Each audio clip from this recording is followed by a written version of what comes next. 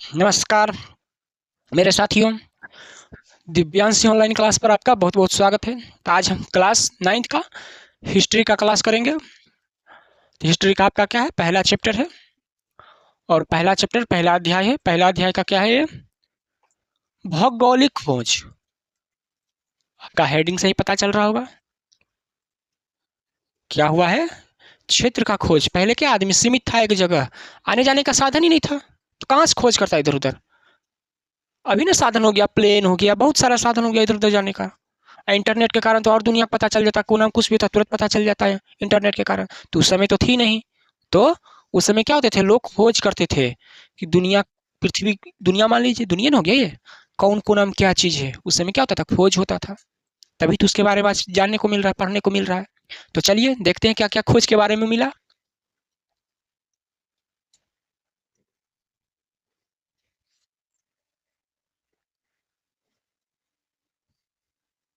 देखिए,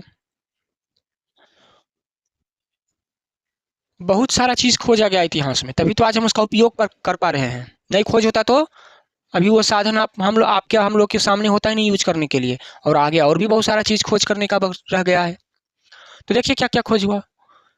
आपका चैप्टर का हेडिंग का नाम ही क्या है, भौगोलिक खोज।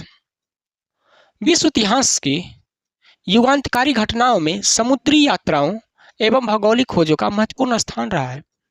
मतलब पहले क्या होता था, जो खोज होता था, एक एक क्षेत्र से दूसरे क्षेत्र, मतलब एक देश से दूसरे देश, जैसे भारत एशिया से जाना यूरोप, एक तरह से महाद्वीप बोल सकते हैं।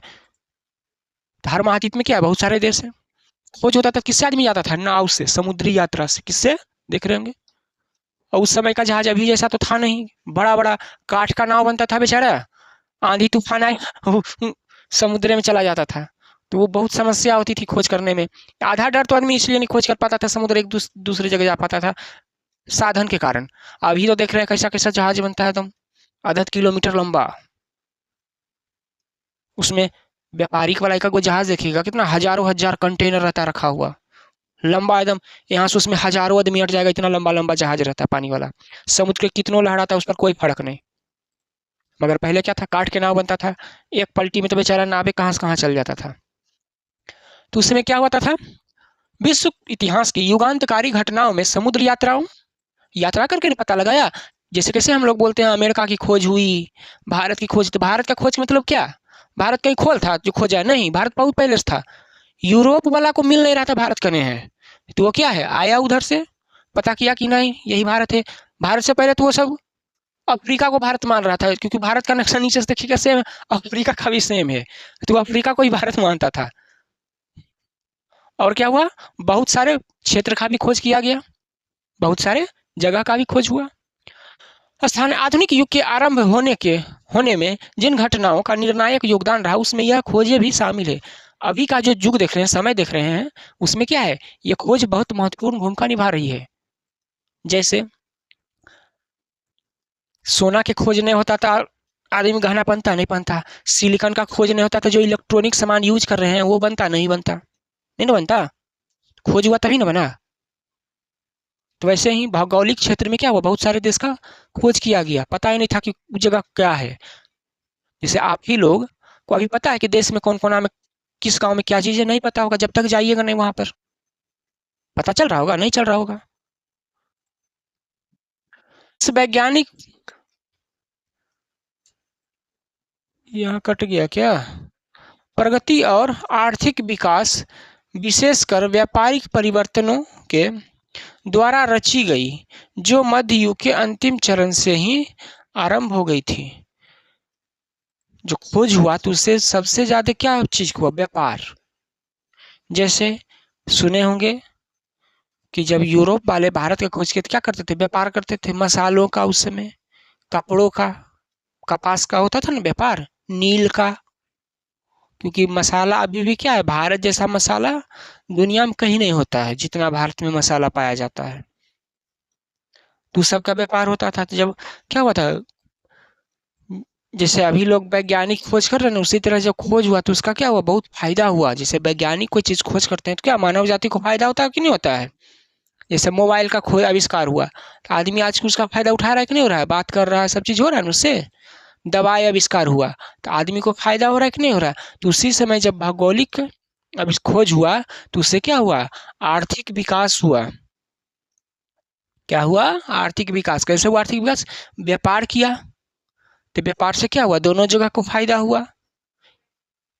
उसके बाद व्यापारिक परिवर्तनों के द्वारा क्या हुआ, पर यहाँ पर कुछ शब्द कट गया है, ठीक ना, बुक से मिला लीजिएगा। विशेषकर जो रास्ता खोजा गया भौगोलिक खोजे हुए, उसमें क्या हुआ, व्यापार का ज़्यादा महत्वपूर्ण योगदान रहा। आर्थिक विकास उससे भी, और बहुत सारे उससे फायदा हुआ खोज से। खोज करने से आदमी को क्या था, फायदा ही होता है। खोज करने से आदमी को कुछ सीख ही मिलता है, कुछ नया चीज ही मिलता है। रची गई जो मध्य युग के अंत में क्या चरण से ही आरंभ हो गई।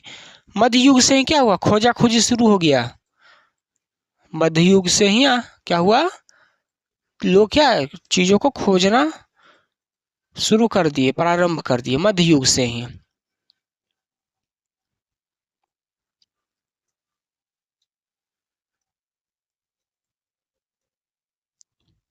जैसे देखिए क्या क्या है, इस कार्य में यूरोप के देश ने अग्रणी भूमिका निभाई है।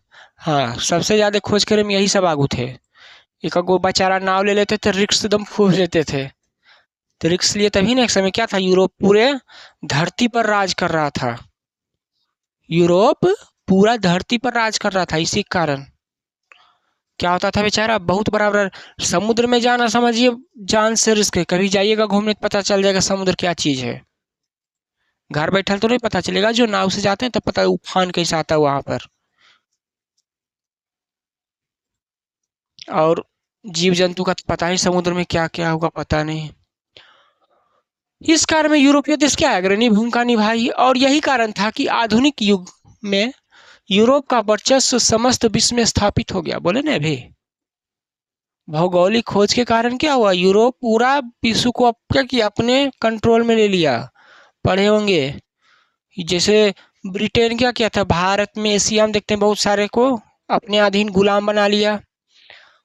फ्रांस भी बहुत सारे अफ्रीकन देश को अपने अंडर कंट्रोल में ले लिया, तो कॉलोनी बना लिया था। फ्रांस, स्पेन, पुर्तगाल, वो सब क्या था, जगह जगह खोजता था और क्या करता था, अपने अंडर ले लेता था, वो गुलाम बना लेता था, मतलब कॉलोनी बना लेता था अपना वो जगह क्षेत्र को खोज खोज के। जिससे क्या हुआ, यूरोप विख्यात था, एक समय बहुत ताकतवर था वो। यूरोप से कोई पंगा नहीं, मतलब एक तरह से कह सकते हैं हर समय आया, कभी एशिया का समय आया, कभी यूरोप का समय आया, और अब अमेरिका का समय है। देख रहे हैं अमेरिका कितना अभी मजबूत है। फिर देखिए अब समय के साथ शिफ्ट हो रहा है, फिर एशिया की तरफ पावर शिफ्ट हो रहा है। अब बेचारा अमेरिका कमजोर हो रहा है, यूरोप के तो पता नहीं क्या हुआ। अमेरिका अब धीरे धीरे क्या उसका पतन हो रहा है हर चीज में। अब जो ताकत है, जो पहले एशिया से शिफ्ट हुआ यूरोप में, यूरोप से शिफ्ट हो गया ताकत पावर अमेरिका में, और अमेरिकी से क्या हो गया, एशिया में फिर शिफ्ट हो रहा है। तो चलते रहता है ये क्रम। क्या किया, पूरे विश्व पर क्या है, यूरोप वर्चस्व कब्जा हासिल कर लिया था। यह बात और है कि भौगोलिक खोजों का प्रारंभ करने वाले देश स्पेन, पुर्तगाल इस प्रतिस्पर्धा में धीरे धीरे पिछड़ते चले गए, और नए देशों जैसे इंग्लैंड, हॉलैंड, फ्रांस, जर्मनी को इस दिशा में अधिक सफलता मिली। जब नए नए जो यूरोप के देश थे, वो जब क्या भौगोलिक क्षेत्र की खोज कर रहे थे, तो उनमें से क्या बोल रहा है, देखिए स्पेन और पुर्तगाल बेचारा पिछड़ गया, खोज करने में थोड़ा सा ये पिछड़ गया, पीछे हो गया। और इससे आगे कौन कौन सा देश निकल गया खोज करने में भौगोलिक क्षेत्र में, इंग्लैंड। इंग्लैंड का तो बोला जाता इतना ये एक समय पावरफुल हो गया था, इतना देश को ये अपने अंदर कंट्रोल कर लिया था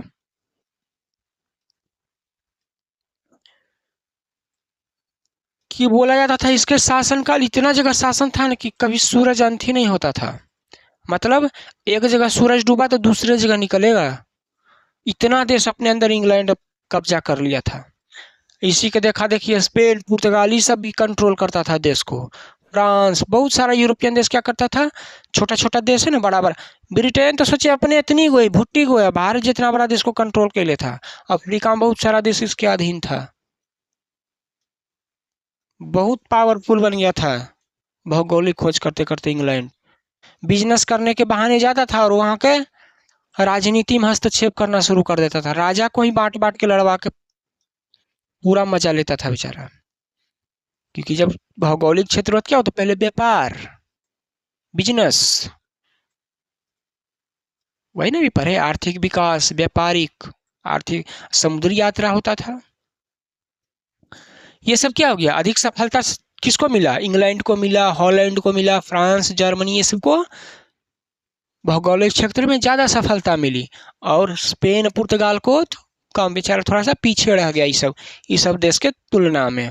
देख रहे हैं यूरोप है ये सब, पोलैंड, जर्मनी, फ्रांस, स्पेन है ना, पुर्तगाल, ये सब देख रहे हैं, इतनी इतनी वो देश है और बड़ा बड़ा देश पर कंट्रोल के लिए था।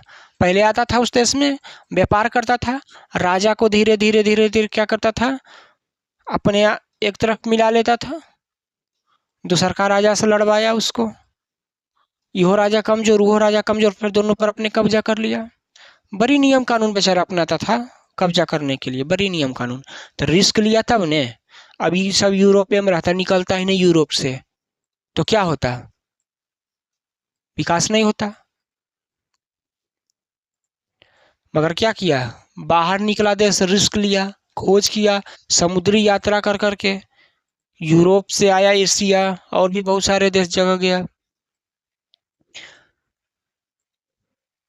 अमेरिका के तक के तो इंग्लैंड गुलाम बने ले था, अभी जो देख रहे हैं। आगे देखिए, हम जानते हैं कि विश्व की प्रारंभिक सभ्यताओं के परस्पर संपर्क का कारण रहा है, मतलब, और सभ्यता भी तभी पता चला जब क्या हुआ, एक जगह से आदमी दूसरे जगह गया। तो देखते हैं किताबों में ये समय क्या मिलता है, क्या मिलता है कि जब लोग एक जगह से, तो वहाँ के सभ्यता के बारे में लिखे, जैसे पढ़ते होंगे कि चीन का यात्री आया था भारत, तो वहाँ के चीन के पुस्तकों ग्रंथों में मिलता है ना भारत के वर्णन, तो वो चीन वाला आदमी भारत आया तब ने यात्रा करके। वैसे ही हम जानते हैं कि विश्व की प्रारंभिक सभ्यताओं का परस्पर संपर्क का कारण रहा यह व्यापार मुख्यतः एक निश्चित मार्ग के माध्यम से होता था। अभी भी तो एक माध्यम से ही होता है, इसे हर जगह थोड़ी सा व्यापार होता है, नहीं होता है। पहले भी क्या था, एक नक्शा बना हुआ था, मतलब नक्शा मतलब रास्ता, जैसे चीन बोलता है ना सिल्क रोड, सिल्क रोड मतलब क्या, उस रोड से क्या होता था, चीन से व्यापार होता था पूरे यूरोप में। भारत का भी था पाकिस्तान के माहे एक रास्ता, पहले पाकिस्तान भारत में था, तो पाकिस्तान में क्या था, रास्ता था, यूरोप तक मार्केट था पूरा खुला हुआ, क्योंकि उस समय तो समुद्र से उतने होते थे व्यापार, क्योंकि उतना बड़ा बड़ा जहाज भी नहीं था, बहुत कम होता था। अभी ना बाट बहुत बड़ा बड़ा जहाज है, अभी देखिएगा जहाज तो कहिएगा एक एक शहर का आदमी चाहेगा तो जहाज में बढ़िया सट जाएगा, इतना बड़ा बड़ा जहाज अभी होता है, इतना बड़ा बड़ा समुद्री जहाज, व्यापार वाला जो बिजनेस वाला जहाज होता है। शुरू में तो क्या है, ये माध्यम से क्या होता है, व्यापार ही होता था, निश्चित मार्ग होता था कि इसी रास्ता से क्या है, यूरोप से जाएगा एशिया, इधर यूरोप हो गया, इधर एशिया हो गया, इधर यूरोप हो गया, एक निश्चित रास्ता था, उसी रास्ता से आना जाना रहता था। अभी भी तो वही है, कुछ डिफिनेट रास्ता उसी से जाता है, सब समुद्री मार्ग बना हुआ है। देखते हैं वहां पर कभी सुनते होंगे डाकू लुटेरा वो सब होता है ना, लूटने वाला, वही रास्ता पर तो रहता, लूटे लगी बैठल। अभी भी निश्चित ही माध्यम है, मगर ये थोड़ा सा माध्यम बढ़ गया, अब जहाज से भी हो सकता है, पानी वाला जहाज के अलावा हवाई जहाज से भी व्यापार हो सकता है, होता है ना, सामान आवाजाही। प्राचीन एवं मध्यकाल में यूरोप एवं एशिया के मध्य प्रायः इन्हीं मार्गों का प्रयोग किया जाता था, जो रास्ता बना था ने व्यापार के लिए, रास्ता उसी से होता था, एशिया से यूरोप, यूरोप से एशिया, एक रास्ता बना हुआ था, उसी के माध्यम से क्या होता था, व्यापार किया जाता था, बिजनेस। परंतु विश्व के कई ऐसे क्षेत्र थे, यहाँ कुछ जान लीजिए। पुर्तगाल यात्री, पुर्तगाल यात्री, क्या नाम उसका, मार्को पोलो, क्या नाम है उसका, मार्को पोलो, पुर्तगाल का यात्री था, ने विजयनगर साम्राज्य की समृद्ध एवं चीन के शासक कुबलई खान के दरबार के वैभव का वर्णन अपने यात्रा वृत्तांत में किया है। देखिए यहाँ पर बोले ना कि लोग क्या करते थे, यात्रा करते थे एक देश से, जैसे किसी भी जाता है लोग, आदमी घूमने जाता है कि नहीं, विदेश, यूरोप, अमेरिका जाता है ना आदमी, पैसा हो जाता है तो वैसे पहले भी आदमी जाते थे घूमने के लिए। और घूमने जाते थे क्या देखते हैं, वहाँ पर जो चीज़ देखते हैं वो बताते हैं ना लोगों को आकर। तो वही था एक पुर्तगाल का यात्री, क्या करता था, यात्रा करता था। अभी भी बहुत सारे आदमी को घूमने का शौक होता है, नया नया जगह देखने का, एक्सप्लोर करने का शौक होता है ना। तो ऐसे ही पुर्तगाल का यात्री था, क्या नाम था उसका, मार्को पोलो। वो क्या, जब विजयनगर आया भारत, तो क्या यहाँ का समृद्ध, यहाँ उस बोले इस समय भारत क्या था, सोने की चिड़िया थी, विकसित था, अमीर था, सब चीज़ कानून में था, सब चीज़ बढ़िया था।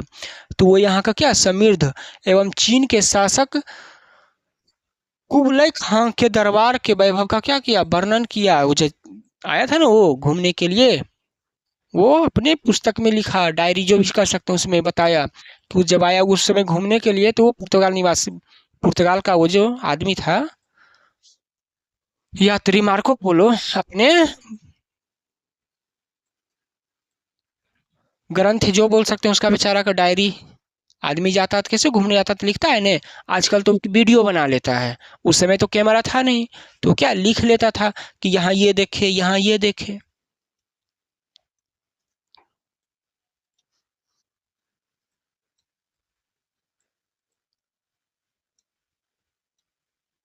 देखिए जैसे हो गया, ये देखिए एशिया, ये हो गया एशिया, ये देख रहे हैं ना, ये एशिया, और यहाँ यूरोप है। तो यहाँ क्या था, एक ऐसे मार्ग था बना हुआ चीन से, इसे करके चीन से रास्ता बना हुआ, डिफिनिट रास्ता। तो एशिया यूरोप, एशिया यूरोप क्या होता, एक डिफिनिट मार्ग था, उसी से व्यापार होता था। आगे देखिए, जिनमें जन जीवन तो विद्यमान था, लेकिन शेष विश्व से उनका जुड़ाव नहीं था, जैसे अमेरिका, अफ्रीका, ऑस्ट्रेलिया तथा एशिया के अन्य हिस्से आदि। मतलब क्या था, जनजीवन तो वहाँ रहता था, मगर पहले क्या था, आदमी तो हर जगह था, देख रहे हैं ना, आदमी एशिया में भी था, यहाँ अफ्रीका में भी था, यूरोप में भी था, यहाँ देख रहे हैं ना, उत्तरी अमेरिका, ये दक्षिणी अमेरिका में भी था, ये ऑस्ट्रेलिया में भी था, मगर जुड़ाव नहीं था, माध्यम ही नहीं था, एक दूसरे से आदमी को क्या है जाने का माध्यम नहीं था, और था भी था तो बहुत कष्टदायी माध्यम था। पानी वाला जाओ छोटा छोटा समुद्र में, क्या कखने होगा कोई नहीं पता, क्या होगा कोई नहीं पता। देश तो सभी थे, देख रहे हैं ना, सभी था, अमेरिका, अफ्रीका, ऑस्ट्रेलिया, सब एशिया सब था, मगर लोग क्या एक दूसरे से जुड़ नहीं पाते थे, क्यों, क्योंकि रास्ता वैसा नहीं था बना हुआ जिस तरह से अभी बना हुआ है। अभी तो प्लेन से एक देश दूसरे जगह जा सकते हैं आसानी से, पानी वाला जहाज से भी जा सकते हैं, पहले से उन्नत किस्म का भी पानी वाला जहाज है, सुरक्षित भी है।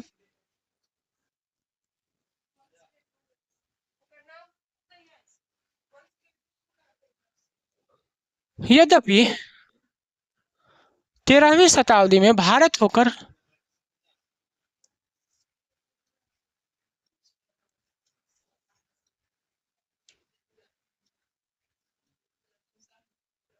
यद्यपि 13वीं शताब्दी में भारत से होकर चीन तक की यात्रा विवरणों में यूरोपियनों का दक्षिण पूर्व एशियाई समृद्धि का एहसास तो कराया था, परंतु इसका विशेष प्रभाव नहीं पड़ा।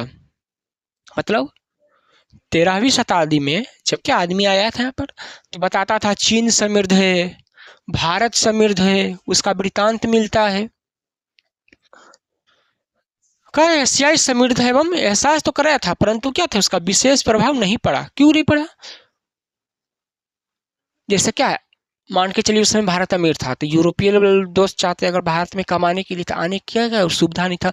जैसे अभी अमेरिका अमीर है, यूरोप अमीर है, तो यहाँ के लोग क्या है सुविधा है, चले जाते हैं ना वहाँ पर पढ़ने, कमाने, कमाते कि नहीं जाकर, तो उस समय क्या वैसा व्यवस्था नहीं था। कालांतर में व्यापक स्तर पर हुए भौगोलिक खोजों तथा उससे प्राप्त उपलब्धियों ने यूरोप में आधुनिक युग का मार्ग प्रशस्त किया। और जैसे जैसे क्या खोज होते गया, जैसे जैसे क्या हुआ खोज होते गया, तो और भी मार्ग प्रशस्त हुआ, और भी रास्ते खुले नए नए एक दूसरे से जुड़ने का, यूरोप, एशिया, अफ्रीका, सभी देशों में, सभी क्षेत्रों में।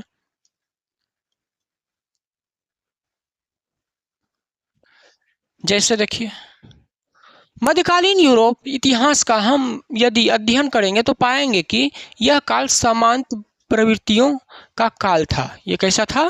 समांती प्रवृत्तियों का। जो मध्यकाल था कैसा था? समांतीय प्रवृत्तियों का। इस काल में ना तो व्यापार वाणिज्य गतिशील था, इस काल में क्या क्या था? उतना व्यापार नहीं होता था। आदमी क्या है, उस समय जनसंख्या भी तो उतनी नहीं थी, ना ही जागरूक था, ना ही वैसा एजुकेशन था। तो आदमी क्या खेती बाड़ी करके आसपास के ही माहौल में जी लेते थे, आसपास के इलाके में व्यापार करके जो भी था एक सीमित क्षेत्र में ही रह लेते थे, जीवन यापन करते थे, जैसा गुजारा चलता होगा उनका। और ना ही धर्म का स्वरूप उदार एवं मानवीय था। और उस समय क्या है, धर्म का स्वरूप उदार नहीं था, अपने में लोग सिमट के रहते थे। जैसे ना देखेंगे आदिवासी लोग का कबीला होता था, वो एक कबीला बस अपने में सीमित, उस तरह से लोग रहा करते थे। पृथ्वी के बारे में ज्ञान अत्यल्प था, और पृथ्वी के बारे में भी लोगों के पास जानकारी बहुत कम था, अल्प मात्रा में था, अत्यल्प था, एवं अंधविश्वास युक्त थे। और लोग क्या है, अंधविश्वास में बहुत उस समय विश्वास करते थे। अभी भी लोग बहुत सारे अंधविश्वास लोग विश्वास करते हैं, अभी भी लोग बहुत कुछ अंधविश्वास के बारे में विश्वास बहुत लोग करते हैं कि नहीं करते हैं? उस समय भी थे, अभी भी है, अब कम है थोड़ा सा अंधविश्वास, उस समय बहुत ज्यादा था अंधविश्वास। सीमित भौगोलिक ज्ञान के कारण समुद्र की व्यापार भी सीमित थी। और उस समय लोगों को क्या था, ज्ञान ही नहीं था कि इस रास्ते से समुद्र जाएंगे तो यहाँ देश व्यापार कर सकते हैं। लोगों के पास समुद्री ज्ञान ही नहीं था रास्ता को। अभी भी समुद्री ज्ञान नहीं, वो तो जीपीएस बना है, जिस कारण से जहाज में क्या है आजकल, गाड़ी में देखते हैं, मोबाइल में आजकल जीपीएस आता कि नहीं, मैप, वो मैप के माध्यम से रास्ता खोज लेता। मगर उस समय मैप था ही नहीं उतना अच्छा कि आदमी रास्ता इधर से उधर खोज ले, बहुत दिक्कत होती थी। तो दिक्कत होती थी, आदमी करता छोड़ ही दे इसको। आप ही लोग को देखते हैं, कोई काम में परेशान है तो क्या करते हैं, छोड़ देते हैं कि नहीं? तो व्यापार बेचारा कम था उस समय। मध्य युगीन लोगों को विश्वास था कि पृथ्वी चपटी है। उस समय के लोगों का क्या मानना था, अभी बोले ना अंधविश्वास, पृथ्वी कैसा है, चपटा है, करगी में जाएंगे तो गिर जाएंगे, उस तरह का विश्वास था। एवं समुद्री अधिकतम दूरी जाने पर पृथ्वी के किनारों को गिरकर हम अत्यंत विलीन हो जाने का भय रहता था। अभी तुरंत बोले क्या मानते थे लोग कि पृथ्वी कैसी है, चपटा है, और समुद्र में जाके आगे जाएंगे नहीं तो गिर जाएंगे, गिर के कहाँ पाताल में चल जाएंगे पता नहीं चलेगा। उस तरह का अंधविश्वास मानना था। मगर क्या हुआ, जब यूरोपीय लोग हिम्मत करके देखे कि देखते हैं क्या होता है, खोजे तो पता चला पृथ्वी तो चपटी है, ये नहीं है, इस कोना से उस कोना जाएंगे तो दूसरा देश मिलेगा, दूसरा क्षेत्र मिलेगा। इस कारण से क्या थे, लोग एक दूसरे से कनेक्ट भी नहीं हो पा रहे थे। देख रहे थे क्या कारण था, अंधविश्वास का कारण क्या था, लोग एक कॉन्टिनेंट से दूसरे कॉन्टिनेंट में जुड़ नहीं पा रहे थे, और कुछ नहीं था। देखिए, समुद्र यात्रा अत्यधिक कष्टपूर्ण एवं असाध्य थी। पहले जहाज भी नहीं था, उतना साधन ही नहीं था, लोग तो चल भी जाते, साधन रहता तभी तो। जैसे अभी क्या करे, रेलवे लाइन सरकार हटा दे, रेल हटा दे, और प्लेन हटा दे, ये जो गाड़ी उड़ी हटा दे, और आपको बोले कि दिल्ली जाइए, पता चल जाएगा जाने में कितना आसान है। क्या होता है, यात्रा बहुत कष्टदायी होता है, वो तो साधन बना हुआ है जाने का, तब आसान हो गया है ना। ऐसे का यात्रा करते बहुत कष्टदायी होता था, इसलिए तो एशिया के लोग उधर नहीं, उधर के लोग इधर नहीं आ पाते थे। लोग सभी जगह थे, मगर एक दूसरे से मिल नहीं पा रहे थे, क्या के साधन के कारण, रास्ता नहीं होने पता होने के कारण। जहाज भी क्या होते थे, छोटी होते थे और सुरक्षित होते थे। बोले ना समुद्र के लहर बहुत ऊपर ऊपर आता है, जो छोटा जहाज रहेगा तो सीधे उसको पलट देगा, जहाज सहित थे। अभी का ना जहाज बहुत बड़ा बड़ा और सुरक्षित जहाज बनता है जो कैसनो लहर को झेल लेता है। और लहर के क्या, अगर तूफान आने वाला था ना समुद्र में तो पहले ही जहाज को सूचना दे दिया जाता है। सभी मोबाइल पर देखिए बारिश का सूचना 2-3 घंटा पहले आपके मोबाइल पर दे दिया जाता है मैसेज के माध्यम से। वैसे ही जहाज वाले को सूचित कर दिया जाता है, जितना समुद्र में जहाज घूमते रहता है ना सभी को अलर्ट तुरंत कि यहाँ उधर नहीं जाना, उधर तूफान आने वाला है, तुरंत अलर्ट। सभी जहाज मोड़ के तुरंत साइड हो जाएंगे। अभी बहुत सारा सुख सुविधा हो गया जहाज को आने जाने के लिए। पहले ये सब नहीं था तो दिक्कत होता था, तो आदमी भी क्या है जान के डर से नहीं जाते थे। और अंधविश्वास भी था कि धरती क्या चपटी है, जाएंगे तो गिर जाएंगे। तथा गति सुरक्षा के लिए हवा पर निर्भर था। और उस समय का जहाज भी क्या था, एक देखते होंगे, ये देख रहे हैं ना, एक कपड़ा का ऊपर लगा दिया जाता था और हवा चलेगा जिधर तो नाव उधर चलेगा अपोजिट में। कपड़ा लगाकर उसको ढकेला जाता था नाव को, तो उससे भी दिक्कत होती थी। हवा पर निर्भर था यह गति इसका। देखते होंगे पहले जहाज में क्या होता था, यहाँ पर देख रहे होंगे फिगर में, जहाज में क्या कपड़ा देख रहे हैं ना लगा हुआ। अब हवा चलेगा तो हवा चलेगा ना ऐसे करके टकराएगा तो नाव आगे बढ़ेगी, हवा पर निर्भर था। तो समुद्र में अब कितना हवा चलेगा एक दिशा में कि वो दूसरे जान जाएगा। कभी तो हवा इधर कभी इधर हो जाएगा ना, जाके इधर कभी इधर नाव होते रहेगा समुद्र में, वो तो अपन जगह पर पहुंच ही नहीं पाएगा। उसके बाद कंपास कुतुब नुमा जैसे दिशा सूचक यंत्र का भी ज्ञान नहीं था उस समय। उस समय क्या था, कंपास नहीं था। कंपास देखोगे गोल होता है, उसमें दिशा सूचक होता है, बताते रहता है इधर उधर काटा, वो भी उस समय नहीं था। अतः दिग्भ्रमित होकर समुद्र में भटक जाते थे लोग। क्या होते थे, समुद्र में इधर उधर होते रह जाते थे बेचारे, पता नहीं था। जैसे अभी मैप नहीं रहे आदमी के पास, देखते हैं ना गूगल मैप खोल लेते हैं कहीं जाना रहता है तो अब कहीं जाइएगा तो कितना मदद कर देता है। उस समय तो था नहीं, तो लोग क्या करते थे, भटकते रह जाते थे समुद्र में इधर से उधर। समुद्री यात्रा के लिए राज्य की ओर से किसी प्रकार की सहायता भी नहीं दी जाती थी कि आदमी जा रहा है खोज करने के लिए, सारा लोग उसको प्रोत्साहित करे, कुछ धन दे, सहायता करे, वो भी नहीं होता था। इस विषम परिस्थिति में नाविकों एवं व्यापारियों द्वारा अटलांटिक जैसे महासागर की यात्रा करना बहुत मुश्किल। अटलांटिक समझे, तब लोगों को क्या हो जाता था, बहुत मुश्किल हो गया। जैसे मान के चलिए ठीक है, कोई आदमी यात्रा करने निकला तो उसका परिवार है, तो कमाएगा तभी ना उसका परिवार चलेगा। कोई आदमी सपोर्ट करे उसका परिवार के तभी ना आदमी वो जाएगा बाहर खोज करने के लिए। जैसे अभी के आदमी जब खोज करता है क्या होता है, बड़ा बड़ा कंपनी सरकार सपोर्ट करती है, उसको पैसा देती है रिसर्च करने में, तब ना वो आदमी रिसर्च करता है, कुछ खोज के निकालता है। अब सरकार आदमी रिसर्च के लिए नहीं देता, देखते हैं भारत में नहीं होता है। इसे सरकार नहीं देती है रिसर्च के लिए लोगों को पैसा, तो रिसर्च होता है भारत में, आविष्कार होता है जल्दी नहीं होता है।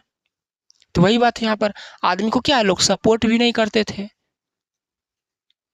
और महासागर अटलांटिक महासागर पार करना वो सब तो और दुष्कर काम था, मुश्किल एकदम। मशीन वाला जहाज भी नहीं था कि तेल डालो चलेगा, वो सब चप से पहले चलता था, हाथ कितना दुखता होगा। मशीन भी नहीं था, वही ना हवा पर निर्भर था नाव, हवा जिधर चलेगा नाव उधर जाएगा।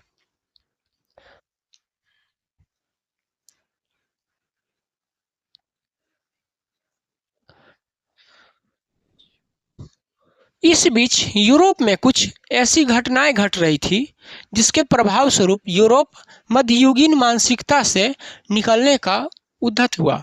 और वहाँ कुछ क्या रहा था, समय के साथ परिवर्तन हो रहा था। क्या हो रहा था, परिवर्तन। लोग अब पुरानी मानसिकता को छोड़ रहे थे। भारत में अब क्या हो रहा है, पुराने मानसिकता को छोड़ रहे हैं कि नहीं, लोग अब आगे बढ़ रहे हैं।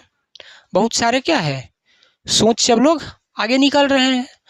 जैसे भारत में क्या है, पहले महिलाओं को शिक्षा नहीं दिया जाता था, अब शिक्षा दे रहा है कि नहीं धीरे धीरे, तो निकला कि नहीं पुराने सोच से। पहले महिलाओं को घर से निकलने नहीं देता था, अब निकलती है कि नहीं काम करने के लिए, सोच बदल रहा है कि नहीं। तो वैसे यूरोप में सोचा कितना दिन इतने को हम जीते रहेंगे, देखते हैं बाहर दुनिया में क्या है, घूमते हैं, क्या होगा मर भी न करेंगे, देख लेंगे, ऐसे तो मरना ही है, देखते हैं कुछ नया ही मिल जाए। तो वही कारण से ये सब बाहर निकला, मानसिकता बदला।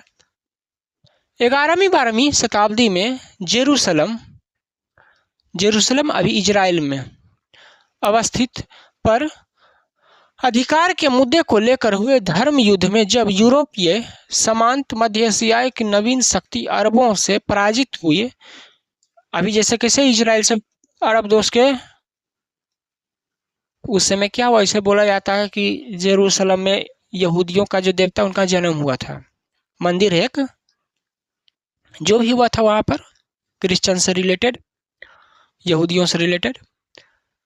तो उस समय क्या हुआ था, वहां पर लड़ाई युद्ध हुआ था मध्यकालीन में जेरूसलम में। तो वो क्या किया था, हरा दिया था, अरब देश मिलकर यहूदियों को उस समय हरा दिया था, क्योंकि आने जाने का रास्ता ही नहीं थी। तो यहूदी किधर से आते मदद करने के लिए एक दूसरे को। अरबों से क्या हो गया था, जो अरब देश हैं वो सबसे पराजित हो गए। समांती गौरव के इस मध्य मिथ्याभिमान से ग्रसित यूरोपीय दंभ टूटने लगा। और ये लोग पहले क्या थे, दम अलगे दुनिया में बेचारे रहे, जब पराजित हुए तो इनका टूटा अभिमान। पहले ये सब क्या थे, दम अभिमानी थे कि हमरा से तो बढ़ के है ये नहीं है कोई, हमसे ताकतवर कोई नहीं है। जब अरब से क्या हुआ, पराजित हो गया, तो इनका बेचारा के भी आए धरती पर, जब पैर धरती से ऊपर था, इनका भी दम्भ यूरोप का भी टूटने लगा।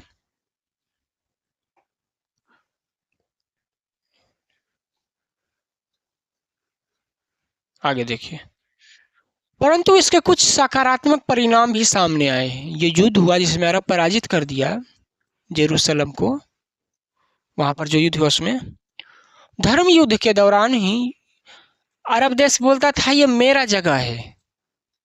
अरब देश बोलता था, वहां पर एक जेरूसलम जाइएगा ना कभी घूमने इजराइल तो देखिएगा, एक वहां पर क्या चीज है, एक मुस्लिम लोग का जो मंदिर होता है, क्या उसको बोलते हैं, नाम भुला गए, पूजा करते हैं ना, मक्का मदीना जैसा टाइप के, क्या बोलते हैं उसको, जो भी बोलते हैं, वहाँ मुस्लिम का भी क्या है, एक वहाँ का स्थल है जेरूसलम में। तो अरब लोग बोलता है ये हमारा जगह है, और यहूदी लोग बोलते हैं कि यहूदी के जो देवी देवता जो भी होंगे वो बोलते हैं मेरा यहाँ पर जगह है। दोनों के बीच में क्या हुआ, धर्म को लेकर युद्ध हुआ। उस धर्म में अरब क्या किया था, उस समय उसको हरा दिया। कारण ही यूरोपियनों का यह महसूस होने लगा था कि दुनिया के हर पहलू को समझा जाए, और जब हारे तो पता चला कहाँ की गलती हुआ भाई। तो क्या है, दुनिया के हर पहलू को समझना शुरू किए। इन घटनाओं ने यूरोप में पुनर्जागरण की पृष्ठभूमि भी तैयार की, और लोग क्या है, अब जागरूक होने लगे कि नहीं, दुनिया के हर क्षेत्र में अब जाके पता करना पड़ेगा कहाँ क्या चीज है। अब उसका क्या है, रास्ता तैयार होने लगा धीरे धीरे। पहले यूरोपीय वाला देखिएगा, आविष्कारक में भी देखिएगा ना, पड़ेगा तो देखिएगा यूरोप के लोग ज्यादा आविष्कार किए हैं। लोगों में शिक्षा, जागरूकता, खोज करने की इच्छा एकदम पूरा एकदम हाई लेवल पर था एक समय यूरोप का। अभी बेचारा भरे डाउन चल रहा है। अधिकतर जो खोज हुआ क्या यूरोप में ही हुआ था। देख रहे होंगे यूरोप यहाँ पर है, यूरोप यहाँ पर ही है, एकदम छोटा छोटा सब देश है यूरोप, क्या एकदम भुट्टी भुट्टी को देश है, मगर कारनामा ऐसा के लिए कि आप सोच नहीं सकते हैं। तो आज का क्लास आपका यहीं तक रहा, अगले मिलेंगे, इसका आगे का अध्याय आपको अगले पार्ट में मिल जाएगा। तब तक अपना ध्यान रखिए, अच्छे से तैयारी कीजिए, मिलते हैं अगले क्लास में।